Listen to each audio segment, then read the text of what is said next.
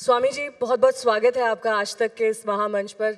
बहुत बार पहले भी आपसे साक्षात्कार हो चुका है, आपसे रूबरू हम हो चुके हैं। मेरी सहयोगी सोनल इस पूरे संचालन में मेरा साथ देंगी। लेकिन एक बात जो आपको स्वामी रामदेव के बारे में नहीं पता है, मैं आपको बता देती हूँ। इनका सेंस ऑफ ह्यूमर गजब है। अभी भी जब बाहर बातचीत हो रही थी, मतलब हंसी नहीं रुक पा रही थी। अब कई बार क्या होता है, मंच पर कुछ चीज़ों की सीमाएं होती हैं, लेकिन मैं चाहती हूँ कि आज आप बाबा जी बेबाक होकर बोलिए। आज तक असीम है और आज तक का एजेंडा, ये चैनल का एजेंडा नहीं, देश का एजेंडा लेकर के चलता है। उसके लिए जोरदार अभिनंदन होना चाहिए। और देश का एजेंडा देश तय करता है, और वो एजेंडा है इस देश के अंदर कुछ चंद मुट्ठी भर लोगों ने देश के हेल्थ को, एजुकेशन को, देश के एग्रीकल्चर को, इंडस्ट्री को, देश के सारे सामाजिक ताने बाने को कैद कर रखा, अपने अनुसार चलाना चाहते। तो रूसी राष्ट्रपति व्लादिमीर पुतिन का इंटरव्यू देखा होगा। हमारा चैनल वहां पर झंडे गाड़ कर आया है। रशिया की सब जगह चर्चा हो रही है। हमारे इंटरव्यू का झंडा गाड़ने वही मैं बता रही हूँ कि अब आप वहां झंडा गाड़ने जा रहे हैं। अनुसरण कर रहे हैं क्या आप आज तक? अब रशिया से भी इन्होंने डील कर ली है। क्या डील करके आए बाबा जी आप? देखो, हमारा कोई भी हिडन एजेंडा नहीं है। हमारा एजेंडा एक है, अब रसिया के भी घर घर में हिंदुस्तान की तरह योग हो, वो लोग हेल्दी रहें, वेल्दी रहें, प्रॉस्परस रहें।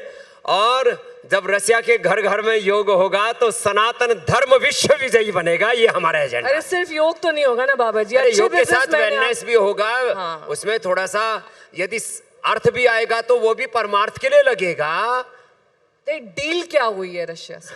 डील एक ही है, वेलनेस को रसिया के घर घर में लेकर के जाना, और जो इंडियन नॉलेज है, हेरिटेज है, उसको वहाँ पर रसिया तक पहुँचाना, और रसिया की जो अच्छी बातें उसको भारत तक लेकर के आना। आज पुतिन एक बहुत ही स्ट्रॉन्ग वर्ल्ड लीडर है। हमारे पास भी मोदी जी का वो नेतृत्व है जो दुनिया के सामने झुकता नहीं है। तो दोनों देशों में बहुत समानताएं हैं, और एक बहुत गहरी मैत्री है जिसको कोई मिटा नहीं सकता, झुका नहीं सकता। आप खुद गए थे मॉस्को? अभी जाने वाले जाएंगे। तो बाबा जी तो आप जानते हैं कि कभी स्वेटर, कोई वार्म वुलन कुछ नहीं पहनते हैं। हम लोग सब सर्दी में कुड़कुड़ा रहते हैं। बाबा जी तुमने यहाँ पर इतना हीटिंग कर रखा है, माइनस में टेम्परेचर होगा ना बाबा जी? इतना हीटिंग कर रखा है, हमको पसीना आने वाला है अभी। तो हम माइनस 20-25 तक हमें कोई दिक्कत नहीं हो। क्या राज है इसका? इसका राज अपने भीतर शक्ति, अपने भीतर एनर्जी है। जो लोग बाहर से शक्ति, बाहर से एनर्जी, बाहर से सुख, बाहर से शांति, बाहर से प्रेम, बाहर से प्रतिष्ठा, बाहर से सब कुछ चाहते हैं, वो दुखी रहते हैं जिंदगी में। इसलिए एवरीथिंग इज इनसाइड। पिंड में ब्रह्मांड है और सम ब्रह्म विराजमान है। हम ऋषिकाओं के वंशधर हैं। यही हमारा मूल स्वभाव, ये हमारी मूल प्रकृति है, यही हमारी मूल संस्कृति है। इसी में हम जीते हैं और इसलिए सदा खुश रहते हैं। Always unlimited happiness. जो आपका बीच बीच में अंग्रेजी का तड़का आता है ना, ये गजब है एकदम। अरे अंग्रेजों ने कोई तोड़ ही नहीं है। अब वहाँ रशिया में ना अंग्रेजी चलेगी ना हिंदी, क्या बोलेंगे आप? अरे हम रशियन सीख रहे हैं, अपने बच्चों को देखिए अब आई आपकी असली बात सामने। रशियन सीख रहे हैं आप? नहीं, हमारे बच्चे कुछ कैसे कर लेते हैं? 10 लैंग्वेजेस हमारे बच्चे सीखते हैं। Russian, German, French, Spanish, made in Chinese, Arabic, सब भाषाएं सीखते हैं। हमारा भाषाओं से कोई विरोध नहीं है। अरेबिक भी सीख रहे हैं? हाँ, सारी दुनिया में भारत के झंडे गड़ेंगे और ये युग की मांग है और ये दुनिया का एजेंडा है। पूरी दुनिया में नेचुरल मेडिसिन, सारे natural lifestyle, back to basic, back to nature. अपने सर सोनल अगली किसी कंट्री की तैयारी कर रहे होंगे जहां पर ये डील करने जा रहे हैं, क्योंकि अब ये योग गुरु कम बिजनेसमैन ज्यादा हो गए। ये गलत कहा मैंने बात? किसी से कुछ लेके आई है क्या? सुपारी? मैं क्यों लाऊं? आप क्या अपने आप को बेहतर मानते हैं? आप योग गुरु अच्छे हैं या बिजनेसमैन? देखो मैं क्या मानता हूँ, क्वेश्चन वैलिड है। मैं इतना कहना चाहूंगी रामदेव जी की ये आपको आई थिंक इंडिया। अच्छा, व्यापारी किसको कहते पता है जी? स्वामी रामदेव के पास एक चवन्नी नहीं है। तुमको शर्म नहीं आती मुझे व्यापारी कहते हुए? क्या बात करती हो? ऐसा एजेंडा चलाने के मुझे यहाँ पर आज तक में बुलाया है। इसलिए नहीं बोल रहे, हम तो देखो आप ही से पूछ रहे मैं हैं। इसलिए बोल रहा हूँ, जो सन्यासी सुबह 3 बजे उठ करके रात को 10 बजे तक भारत माता की सेवा करता हो, उसको व्यापारी कहते हुए सोचना चाहिए 10 बार। नहीं, व्यापारी नहीं। हम व्यापारी नहीं है, हम इस देश के लिए उपचार करते हैं, उपकार करते हैं, और जो भी सेवा करते हैं उसके बदले जो अर्थ आता है उसको भी परमार्थ में लगाते हैं। यह सन्यासी है भारत का, जो अपने लिए कुछ नहीं करता। स्वामी रामदेव के नाम ना 1 इंच जमीन है, ना 1 रुपए बैंक बैलेंस है। स्वामी रामदेव 30 साल पहले यही 2 कपड़े पहनता था, आज भी यही पहनता हूं। इसलिए ये हमारे विरोधियों के द्वारा लगाए हुए, आप कोई प्रश्न पूछे तो हो सकता है, आपको ऐसा नहीं बोलना चाहिए। आप वैसे अच्छी बहने हो, लेकिन गलत बोलोगी तो फटकार तो जोर की आप ही पड़ेगी। से पूछा कि आप बेहतर योग गुरु हैं या बेहतर बिजनेसमैन? देखो, मैं हूं योगी योगी हैं आप। और कर्म योगी। जब आप योग करते हैं और कर्म योग करते हैं तो उसके बदले आपको देश के लोग आपको सत्ता देते हैं, संपत्ति देते हैं, ताकत देते हैं। मैं पॉलिटिशियन नहीं हूं, लेकिन मेरे इस देश में ताकत है। कम से कम 5-10 करोड़ लोगों के वोट को मैं मोबिलाइज कर सकता हूं देश के हित के लिए। ये मेरी पॉलिटिकल पावर भी है। मेरी सोशल पावर यह है कि देश के 100 करोड़ से ज्यादा लोगों तक मेरी रीच है। वो योग भी करते हैं और मैं उनको जो कहता हूं वैसी लाइफस्टाइल फॉलो भी करते हैं। तो जिस व्यक्ति की रीच देश के 99% घरों तक है, तो कि व्यापार से होती है रीच किसी की इस देश में जो अडानी है, अंबानी है, टाटा है, बिरला है, उनको घर घर में लोग जानते हैं, उनके प्रोडक्ट्स यूज कर सकते हैं, वो देश में व्यापार कर सकते हैं। लेकिन स्वामी रामदेव का रेस्पेक्ट है, और वो रेस्पेक्ट मिलता है तप से, त्याग से, सेवा से। स्वामी रामदेव ने और पूज्य आचार्य बालकृष्ण जी, वो मेरे अनुज है, छोटे भाई है, हमने अपने लिए 1 रुपए कभी नहीं चाहा देश से, लेकिन देश ने जो हमको दिया, इस देश में योग का सबसे बड़ा काम, आयुर्वेद का सबसे बड़ा काम, रिसर्च का सबसे बड़ा काम, 7000 से ज्यादा रिसर्च प्रोटोकॉल फॉलो करके 500 से ज्यादा रिसर्च पेपर आयुर्वेद के पूरी दुनिया में पहली बार किसी ने पब्लिश करवाए तो पतंजलि योगपीठ। यह है पतंजलि का काम, यह है एजेंडा। और हमारा एजेंडा है इस देश को रोग मुक्त बनाना, स्वस्थ बनाना, इस देश को शिक्षा की गुलामी, चिकित्सा की गुलामी, 1835 में जो मैकाले पाप करके गया उससे बाहर निकालना। कुछ चंद मुट्ठी भर लोगों ने इस देश के हेल्थ सिस्टम को कैद किया हुआ अपने हाथों में, और वो इस देश को अपनी बपोती समझते देश को लूट रहे। कोई सिंथेटिक दवा दे रहा है, कोई उनको हॉस्पिटल में गैर जरूरी एडमिशन करा रहा है, कोई गैर जरूरी ऑपरेशन करा रहा है, लोगों को लूटे जा रहे हैं। तो हमारा एजेंडा इस देश को रोग मुक्त बनाना, नशा मुक्त बनाना, इस देश को इतना समर्थ बनाना है कि देश गरीबी से बाहर निकले। इस देश को इतना समर्थ बनाना कि हमारा आज रुपए बहुत नीचे आ गया है, डॉलर पाउंड की बनिस्बत। इस देश को इतना समर्थ बनाना कि देश की करेंसी की वैल्यू पूरी दुनिया में सबसे ऊंची हो। भारतीय पासपोर्ट की वैल्यू इतनी ऊंची हो कि 150 देश हमसे वीजा ही ना मांगे, ऐसा इतना इस देश को ताकतवर बनाना, ये संकल्प है हमारे। कुछ पूरे कर लिए, कुछ पूरे हो जाएंगे। चलिए, अच्छा आप मुस्कुरा रहे हैं। हाँ, ऐसे थोड़ा ना मुस्कुराऊंगा तो पूरा, लेकिन गलत बोलोगी तो ठोकूंगा भी पूरा। थोड़ा। और आगे बढ़ते हैं। बोलिए, बोलिए। आपने ये, मैं आपसे वही कह रही थी पहले कि ये तो बात माननी पड़ेगी कि आपने मोटापे की बात तब शुरू करी जब ये ट्रेंड नहीं था। करीब 20 साल पहले आपने शिविर लगाने शुरू करे। इतना burger, pizza, junk food, fast food ज्यादा नहीं, वो ज्यादा था। पर उसके बाद से हमने देखा, आपने मेडिसिन की बात करी, पतंजलि से बहुत सारी मेडिसिन निकल कर आती हैं जिसके बारे में बहुत कुछ कहा गया है। अभी रिसेंटली एक वेट लॉस पिल निकल कर आई है, उसके बारे में हमें थोड़ा बताएं वेट लॉस कि ये पिल्स खाते क्या हैं लोग, होता है? सिंथेटिक जितनी भी दवाइयाँ खाते हैं, फैट बर्नर्स खाते हैं, और बैरेटिक सर्जरी करवाते हैं, लाइपोसेक्शन करवाते हैं। लोग महीने में 10-15 किलो वेट कम कर लेते हैं, अगले महीने ही वो 10-15-20 किलो फिर गेन हो जाता है, और ऐसे रोगी मेरे पास रोज आते हैं। तो जो रियलिस्टिक वे में जो वेट कम होता है, आप अपने मेटाबॉलिज्म को ठीक कीजिए, लाइपोजेनेसिस को घटाइए, लाइपोलाइसिस को बढ़ाइए, ऐसे लाइफस्टाइल फॉलो कीजिए। सुबह उठ करके रजाई छोड़िए, उठ करके थोड़ा दौड़िए, थोड़ा सूर्य नमस्कार कीजिए। अभी तुमसे दंड बैठक लगवाने वाला हूँ, सूर्य नमस्कार कराने वाला हूँ, नया जी तैयार हो जाओ। पर ये पिल क्या करता है? तो आपने बिल्कुल बात है, पिल क्या करता है? ये जो पिल निकाली है पतंजलि ने, वो पिल से क्या होता है? बहुत ही डेंजर है ये। वो आपकी लाई हुई एक पिल की बात कर रहे हैं। हमारी सिंथेटिक पिल्स अच्छी नहीं है, हमारी तो कोई इस तरह की पिल नहीं है। हम तो खाली नेचुरल चीजें बोलते हैं कि आप लौकी का जूस पीजिए, जो हम मेदोहर और वेट को भी गोलियां देते हैं वो एकदम नेचुरल मेडिसिन से जो आपके मेटाबॉलिज्म को और ये जैसे मैंने कहा लाइपोजेनेसिस को कम करते हैं, लाइपोलाइसिस को बढ़ा करके एक्सेस फैट को मेल्ट करने में। और मैं तो कहता हूँ आप सुबह गर्म पानी पीजिए ना, उसी से वेट लॉस हो जाएगा। आप सुबह उठ करके गोधन अर्क में थोड़ा सा तेज गर्म पानी डाल के 1 चम्मच हनी डाल करके पी लीजिए, सारे टॉक्सिन्स, ऑक्सीडेंट, सारा इन्फ्लेमेशन बाहर आ जाएगा। पूरे शरीर के अंदर से धुलाई हो जाएगी, सफाई हो जाएगी। ज़्यादा धुलाई करनी है तो संग प्रक्षालन कर लो, कोलिन थेरेपी कर लो, बस्ती कर लो, थोड़ा सूरज की धूप में बैठ जाओ, थोड़ा पसीना बहा लो। ऐसे पूरा शरीर धुल जाना चाहिए। आदमी का तन और आदमी का मन, उस पर कोई दाग नहीं रहना चाहिए। मूर्ख लोग भेद नहीं जाने, दिन दिन मैली कीनी, दास कबीर ने ऐसी ओढ़ी ज्यों की त्यों धर दीनी चदरिया, राम नाम रस भीनी। पर रामदेव जी, कई लोग अभी ये बोलते हैं कि भाई बाहर जाके कैसे एक्सरसाइज करें, प्रदूषण कितना है, AQI इतना बढ़ा हुआ है। आपका पोल्यूशन के बारे में क्या ओपिनियन है? देखिए, AQI तो जब कोई देश बढ़ता है तो थोड़ा सा तो धूल उड़ेगी। बाबा जी जहाँ आप रहते हैं वहाँ क्योंकि हवा स्वच्छ है, इसीलिए आप शायद ये थोड़ा सवाल इनको नहीं, पर दिल्ली के बारे में तो बता सकते। हाँ, दिल्ली तो कभी कभी गैस चैम्बर जैसा बन जाता है। फिर भी आप लोग अपने घरों में थोड़े पर्दे डाल लिया करें तो उनको फिर स्वामी जी क्योंकि सोनल सारे आपसे थोड़ा मेडिसिन फिर 15-20 दिन में झाड़ लिया सवाल करें। पूछूंगी। मैं आपसे थोड़ा देश के बारे में सवाल पूछूंगी। अरे पहले वो AQI तो ठीक कर लो। AQI तो अब सरकार नहीं ठीक कर पा रही है तो उसके बाद चर्चा करेंगे।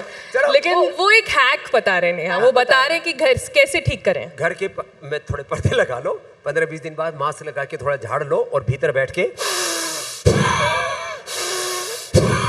ऐसे सारा करो, गंगा यमुना थोड़ी निकलने दो बाहर।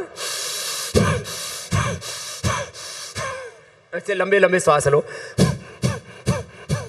कपाल भाती करो, ऐसे करो। एयर प्योरीफायर से कुछ होता है? एयर प्योर तो अमीर लोगों का चौथला है। चलिए बस यही सुनना साफ।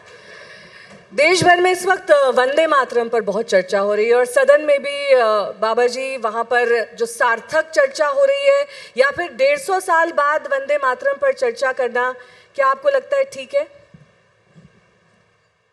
जो देश के बड़े मुद्दे हैं, भारत हमारी माँ है, वो मात्र एक मिट्टी का टुकड़ा नहीं। और भारत भौतिक दृष्टि से कुछ लोग कह सकते हैं कि ये तो एक ज़मीन है, लेकिन हमारे लिए वो एक ज़मीन नहीं, वो हमारा ज़मीर है। वो माँ का दिल बन के कभी सीने से लग जाती है तो और कभी छोटी सी बेटी बन के याद आती है तो जितना याद आती है उतना तड़पाती है। तो जितने हमारे वीर वीरांगनाएं हुए, जितने हमारे ऋषि ऋषिकाएं हुए, उन्होंने वंदना की भारत माता की। वेद में कहा माता भूमि ही पुत्रोहम पृथिव्या। तो वंदे मातरम एक राष्ट्र के प्रति कृतज्ञता का भाव है और उसके ऊपर एक सार्थक चर्चा हुई है।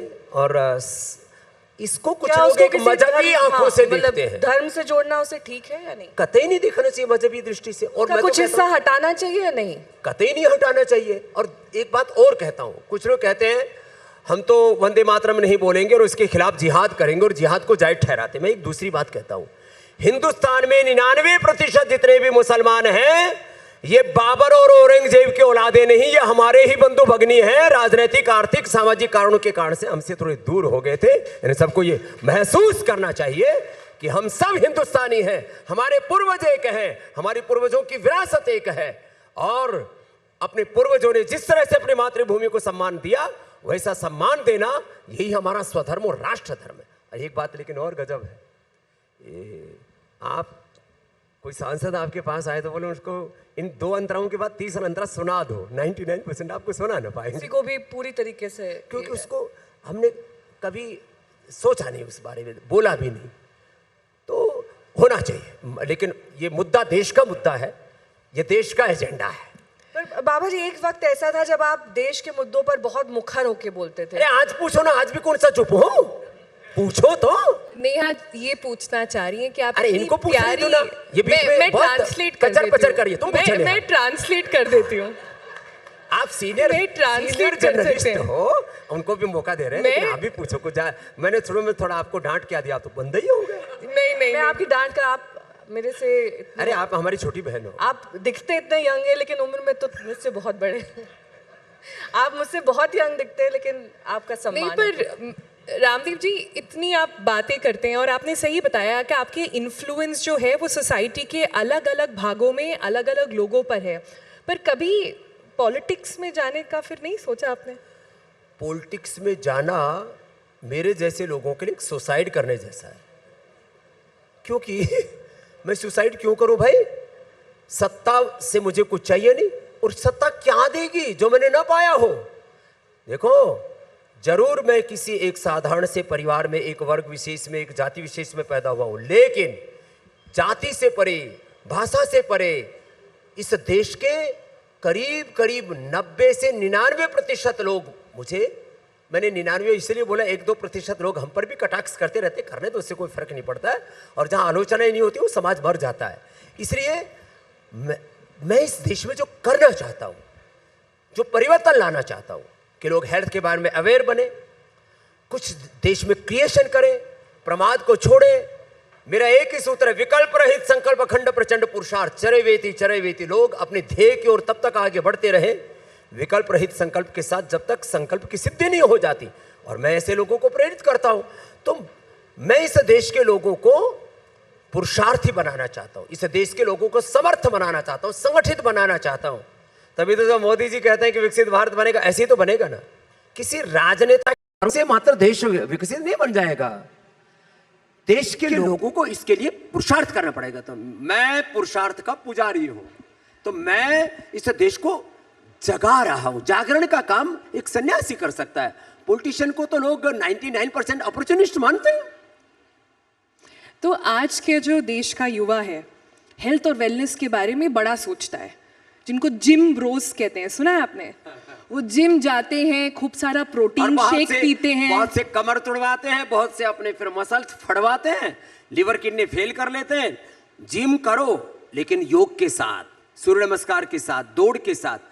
जिम में जो धींगा मस्ती होती है जड़ चीजों के साथ, आप एक चैतन्यपूर्ण सत्ता हो। We are not only physical body. पर वो आजकल तस्वीरें भी कॉमन है स्वामी जी, जिसमें ट्रेडमिल पर लोग गिर रहे हैं, हार्ट अटैक आ रहा है, या डांस कर रहे हैं कहीं पर, वो वीडियोस जो योग करेंगे उनको कभी ब्रेन स्ट्रोक नहीं होगा, हार्ट अटैक नहीं होगा, लिवर किडनी फेलियर नहीं होगा। आज मैं आपके सामने बैठा हूँ, मेरा बीपी है ऊपर का 110, नीचे का 70, मेरा शुगर है 70-80 के आसपास, मेरा वेट है 65, और मेरा कोलेस्ट्रॉल एकदम 100% ओके। आप और प्रोटीन पाउडर नहीं लेते? अपनी उम्र वालों से, आधी उम्र वालों के साथ दौड़ लगा सकता हूँ, कुश्ती कर सकता हूँ, वेट लिफ्टिंग कर सकता हूँ, और अपनी उम्र में मैं हेल्थ के फील्ड में वर्ल्ड विश्व विजेता हूँ। तो हमें बताइए ये कैसे होता है? मैं जानना चाहती हूँ कि क्या आप कोई प्रोटीन पाउडर लेते हैं, सुबह उठ के क्या खाते हैं, हमें जरा बताइए। खाते हैं और ये दिनचर्या बताइए जरा। रहते हैं, ये सुबह 4 बजे उठ जाते हैं, इनकी दिनचर्या 3 बजे। हाँ, एक घंटा। क्योंकि कई बार बाबा जी इस मंच पर ऐसी रूटीन बता चुके हैं जो अच्छे उसका अनुसरण नहीं कर सकते हैं। बाबा जी, मेरा तो ये मानना है कि आम जनजीवन में रहकर किसी नौकरी पेशा के लिए ये करना बहुत ही ज्यादा मुश्किल होता है। 365 दिन नेहा जी काम करता हूँ, और 99% सुबह 3 बजे उठता हूँ। यदि मैं 1-2 बजे भी जाता हूँ तो 5 बजे का अपना सेशन नहीं छोड़ता हूँ। मैं सीधा 4 बजे भी पहुंचा या 5 बजे भी पहुंचा तो 15-20 मिनट, आधा घंटे में तैयार होकर के मंच के ऊपर आ जाता हूँ। करोड़ों लोग मेरे साथ योग करते हैं। मैं हमेशा सोचता हूँ कि जब करोड़ों लोगों की सुबह जब मेरे साथ शुरू होती है, तो मैं यदि नहीं उठो और मैं योगाभ्यास ना करूं तो ये लोगों के साथ धोखा। इसीलिए पर सवाल ये है ना कि आप कर सकते हैं, आप हेल्थ आपका प्रोफेशन है, जो नॉर्मल लोग हैं जिनको घर पर भी देखना है, बच्चों को भी देखना मेरा है, इस रूप में मिशन है। मैं दूसरी बात कह रहा हूँ, देखो आप लोग जो घर चलाते हो उसमें 5-25 लोग होते हैं। मैं जिस परिवार को चलाता हूँ वहाँ 500 तो सीनियर साइंटिस्ट हैं, 5000 डॉक्टर हैं, 5 लाख तो वर्कर्स हैं, कर्मयोगी हैं, और 1 करोड़ कार्यकर्ता और 100 करोड़ से ज्यादा लोग मुझे फॉलो करते हैं। इतना बड़ा परिवार है मेरा, और उसके बावजूद भी मैं कभी कोई स्ट्रेस नहीं लेता हूँ। और जब समय निकाल सकता हूँ योग के लिए, तो लोग क्यों नहीं निकाल सकते? पड़े रहते हैं रजाई में, वो सब आपकी बात मानते हैं, घर वाले पैर मारते रहते हैं, और वहीं बैठे बैठे अपन वही छोड़ते रहते हैं। ये ठीक नहीं है। इसलिए सुबह लोगों को जागना चाहिए। जितने भी लोग यहाँ पर बैठे हुए हैं जिनके पेट है, ये पेट आपको माफ नहीं करेगा। इसलिए वनप्रीत, खबरदार। क्या वनदीप क्या नाम है ना? अभी लाइव हो जाएगा। अभी मैं इसको साथ लेके जा रहा हूँ हरिद्वार। वनदीप जी, वनदीप। तो लाइफ सेविंग ड्रग्स पर अभी जीएसटी हटा दिया गया, इस कदम को आप किस तरीके से ये देखते अच्छा, हैं? जीएसटी पर जो मोदी सरकार ने काम किया उसके लिए एक बार जोरदार तालियां हो जाएं। अच्छा काम किया।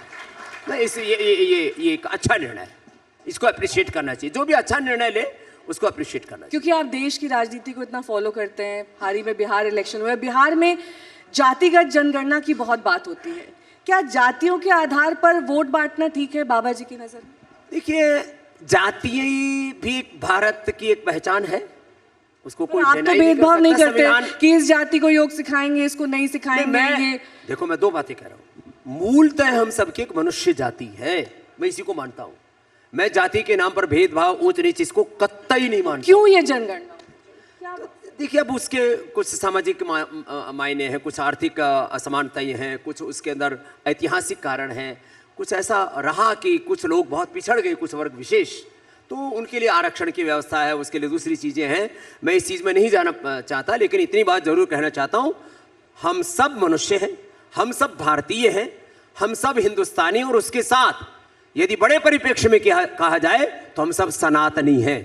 सनातनी के नाम पर भी कुछ लोग तनातनी करते हैं, मैं उससे भी सहमत नहीं हूं। पर रोहिंग्या बांग्लादेशी की पहचान करनी चाहिए। देखिए, अपने देश के लोगों के लिए ही अपने संसाधन पूरे पड़ जाए बहुत है, तो दूसरे लोग आकर के अपने संसाधनों पर अधिकार जमाएं, वो हमारे संवैधानिक लोकतांत्रिक मूल्यों के खिलाफ। इसलिए रोहिंग्याओं को और जितने भी जो है हमारे देश में घुसपैठिए हैं, उनको तो बाहर निकालना ही चाहिए। देखो, पहले एक घुसपैठिया आया बाबर, और वो एक घुसपैठिया वो आक्रांता बना इस देश के ऊपर, फिर उसने अपना राज भी कायम किया। कुछ घुसपैठिया अंग्रेजों के रूप में उन्होंने भी इस देश को खूब लूटा, और अब तो एआई है, किसी भी जो है आर्टिफिशियल इंटेलिजेंस टूल से पूछ करके देख लीजिए, 200-250 सालों में इस देश में करीब $100 ट्रिलियन की लूट हुई। 200-250 सालों में इतना महान देश है, उसको दरिद्र बना दिया। तो विदेशी घुसपैठियों हो, आक्रांता हो, इन्होंने इस देश को ध्वस्त किया। ये अविवेकपूर्ण उदारता है, मूर्खतापूर्ण उदारता है, ये नहीं होनी चाहिए। कुछ तो औरंगजेब का गुणगान कर रहे हैं, तो उनकी भी औरंगजेब में बगल में ही कब्र खुदेगी। आपकी यही बात मुझे अच्छी लगती है। अब आप फॉर्म में आए। अच्छा, शुरुआत में तो आपने कर ली अपनी नाराजगी, अब आप फॉर्म में आए। चलो पूछो। ये एक मास एक उपवास क्या है और डिजिटल उपवास क्या है? देखो, अभी इस देश में कोई कह रहा है कि बाबरी मस्जिद भी नहीं, एक और बना रहे हैं। मैंने कहा, जो बाबरी मस्जिद की बात करेगा वो बर्बाद हो जाएगा, वो व्यक्ति और वो पार्टी। अब बात आई एक मास एक उपवास। ये हमने इसलिए शुरू किया, एक हमारे जैन मुनि है प्रसन्न सागर जी महाराज, 557 दिन के उन्होंने उपवास किए, 557 दिन के, और 15-15 दिन में एक बार आहार लेना, और 557 दिन में 15 बार वो टॉयलेट के लिए गए होंगे, 15 बार 20 बार लघु शंका के लिए गए होंगे, बस ऐसे। तो शरीर को बहुत साधा जा सकता है। जो बार बार खाते हैं, पेट में आहार की भीड़, दिमाग में विचारों की भीड़, दिल में उल्टी पुल्टी भावनाओं की भीड़, भीड़ की बीहड़ में आदमी पिसा जा रहा है। इसलिए थोड़ा पेट को भी फुर्सत दो, दिल दिमाग को भी फुर्सत दो। थोड़ा 8-10 बजे के बाद मोबाइल को साइड में रख दो, बंद कर दो। डिजिटल फास्टिंग 8-10 घंटे की, और इंटरमिटेंट फास्टिंग। मैंने इस बार सुप्रियो जी को देखा, बड़ा अच्छा लगा। बाबा जी, आपने भी एक भुक्तम सदा आरोग्यम, द्विभुक्तम बलवर्धनम, त्रिभुक्तम सदा रोगम, चतुर्भुक्तम तुमार्कम। एक बार खाएं, बहुत अच्छा है। बाबा जी भी ओमैड को एंडोर्स कर रहे हैं, 1 मील अ डे। मैं तो ये काम 30 सालों से कर रहा हूँ नेहा जी। ये अभी लेकिन फैड एकदम ऐसे हो गया। बहुत बहुत जरूरी है। और एक दिन एक है। उपवास, ये फिजिकली भी होना चाहिए, मेंटली भी होना चाहिए, हाँ। इमोशनली भी होना चाहिए। और यदि मौन हो जाए, वाणी का भी उपवास हो जाए तो और अच्छी बात है। इंटरव्यू कर लेना। बट हम वो fast नहीं कर सकते। इतने सारे जितने सेलिब्रिटीज हैं वो बोलते हैं कि हम ओमेट करते हैं, दिन में एक बार खाते हैं, लेकिन स्पेक्यूलेशन ये हो रहा है कि सब इंजेक्शन ले रहे हैं आजकल। एक वेट लॉस का इंजेक्शन आया है जो सब लगाते हैं और उससे भूख मिट जाती है। अच्छा, सेलिब्रिटीज का तो मैंने और उल्टा देखा। कुछ तो ये इंजेक्शन ले रहे हैं, कुछ फिर मैंने कहा फैट बर्नर्स खा रहे हैं, और पता नहीं कोई लाइपोसक्शन, कोई बैरिटिक सर्जरी, पता नहीं क्या क्या करवा रहे हैं। फिर कुछ लोग तो इतने बेहुदे हैं, खा करके बोले मजा ले लिया और बाथरूम में जाके उल्टी कराते। ये भी क्या करते हैं। कहते हैं उसे? सोनल को वो टर्म पता होगा। मतलब आश्चर्य होता है। मतलब हमारे गुरुजी कहते थे, चटोरा, कामचोरा और फालतू में इधर उधर हांडोरा घूमता फिरे, ये सबसे विचित्र प्राणी के प्रजाति है। भगवान इनको सदगति प्रदान करे। देखिए स्वामी जी, भारत उत्सवों का देश है। यहाँ पर दीपावली, शिवरात्रि, ईद, बकरीद सब कुछ मनाया जाता है। एक धार्मिक सौहार्द की उम्मीद सभी को रहती है, लेकिन आपको नहीं लगता हाल फिलहाल के दिनों में जब भी कोई त्योहार आता है, अलग अलग जगहों पर हिंसा की खबरें, उत्पात की खबरें, ये क्यों बढ़ गई हैं? हिंसा केवल मनुष्य की हिंसा है, जो जीव है उनकी जीव हिंसा। की हिंसा भी, चलिए भी तो उसको भी गलत है। शामिल कर लें। कोई बकरीद के नाम पर बकरी काट रहा है, कभी कोई गाय काट रहा है। अरे भाई, अभी तो पूरी दुनिया में नॉन वेज से वेज की पहले बात हुई, अब तो वेगन की बात हो रही है। काहे को आप जीव जंतुओं को परेशान कर रहे हो? तो थोड़ा खून खराबा मत करो, शांति से जी लो।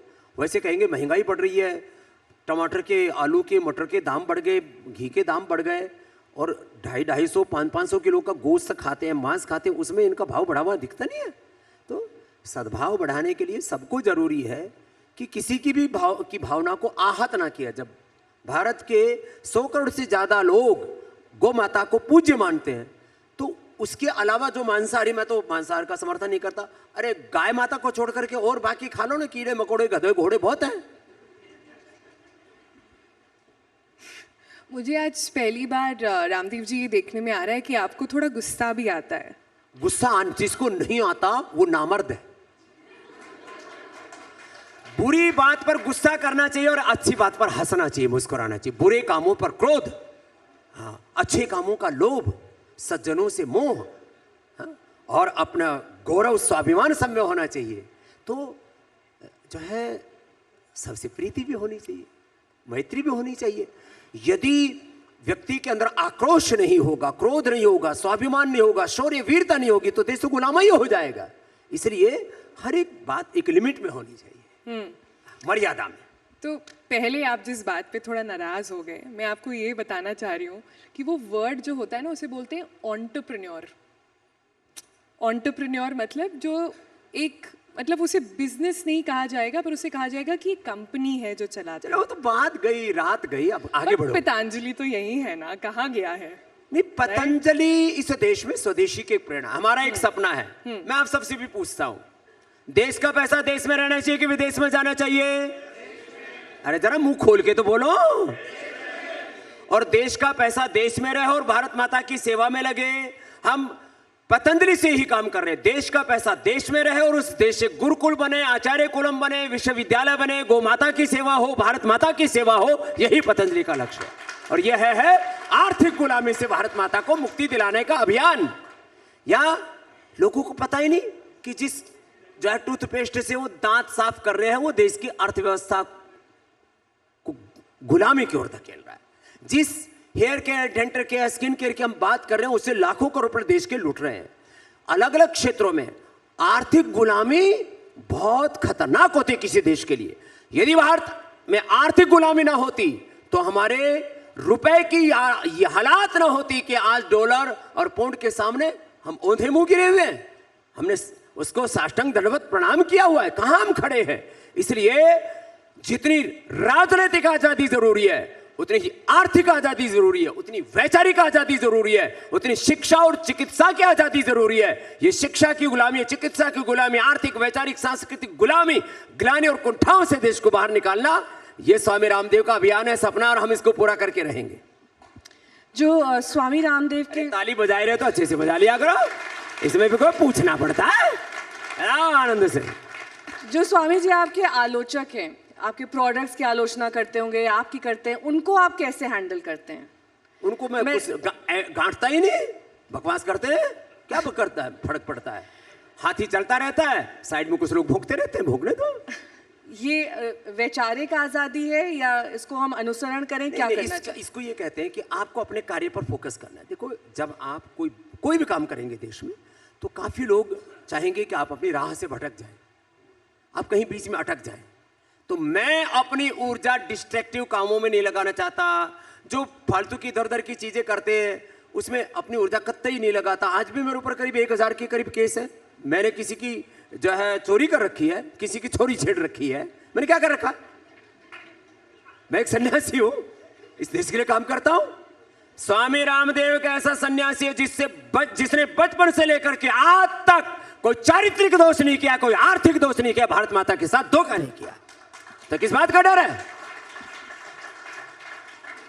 चलते चलते बस एक बात बता दीजिए, ये जो मुझे लगता है आज तुम घबरा गई हो। नहीं नहीं, आपसे इसलिए इतना चलते पुराना चलते कर रही नाता है, समय ठीक है, इतनी ठीक है, ज्यादा ठीक है, 20 बोलो, सेकंड बचे। हाँ बोलो। ये बस बता दीजिए कि इस वक्त योगी मॉडल की बड़ी चर्चा हो रही है उत्तर प्रदेश में, आपको अच्छा लगता है योगी मॉडल? योगी बड़ा उपयोगी है, ये तो मोदी जी भी कह रहे हैं। तो सबको योगी होना चाहिए, उपयोगी मैं होना उनके- चाहिए, एक दूसरे का सहयोगी होना चाहिए। इस देश के प्रधानमंत्री योगी हैं, इस देश के गृह मंत्री योगी हैं, इस देश के रक्षा मंत्री योगी हैं, इस देश के बहुत सारे मुख्यमंत्री योगी हैं। और योगी तो योगी है ही आदित्यनाथ जी, और स्वामी रामदेव भी योगी हैं। इंडिया टीवी को भी योगी होना चाहिए, नेहा जी को भी योगी होना चाहिए, सोनल को भी योगी होना गलत चाहिए, चैनल। सारे इंडिया टुडे को भी योगी होना चाहिए। जोरदार ताली बजाओ। तस्मात् योगी भव अर्जुन, गीता को उपदेश। चलिए बहुत बहुत सब शुक्रिया योगी बने, निरोगी बने, उपयोगी बने, एक दूसरे के सहयोगी बने। बोलो भारत माता बाबा की। रामदेव जी, बहुत बहुत शुक्रिया। इसी उद्घोष के साथ फिर एक बार उम्मीद है कि इस मंच Thank पर you, आपसे मुलाकात होगी। धन्यवाद। ऐसे ही देश का एजेंडा चलाते रहो।